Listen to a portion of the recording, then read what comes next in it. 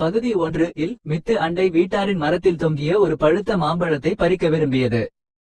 மீரா என்ன செய்வாள்? பார்ப்போம். மித்துவின் கண்கள் மகிழ்ச்சியில் பிரகாசத்தன. மீரா, அதை பறிப்போம். அது மிகவும் சுவையாக இருக்கும் என்று மீராவின் தோளில் குதித்து சொன்னது. ஒரு கணம் மீராவுக்கு ஆசை வந்தது.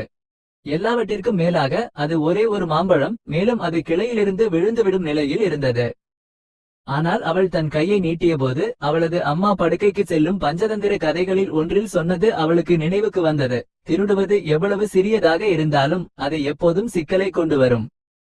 ஆனால் நேர்மை மகிழ்ச்சியையும் மரியாதையையும் கொண்டு வரும். மீரா தன் கையை பின்னுக்கு இழுத்து தலையை அசைத்தாள். வேண்டாம் மித்து, அந்த மாம்பழம் நமக்கு சொந்தமானது அல்ல. கேட்காமல் நாம் அதை எடுத்தால் அது திருட்டு ஆகும் என்று உறுதியாக சொன்னாள்.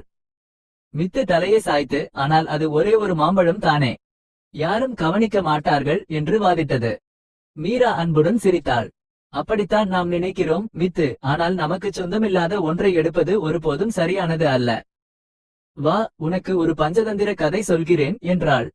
மீரா ஒரு கதை சொல்ல தயாராக இருக்கிறாள். அவள் என்ன கதையை பகிர்ந்து கொள்வாள்? பகுதி 3ஐ தவறவிடாதீர்கள்.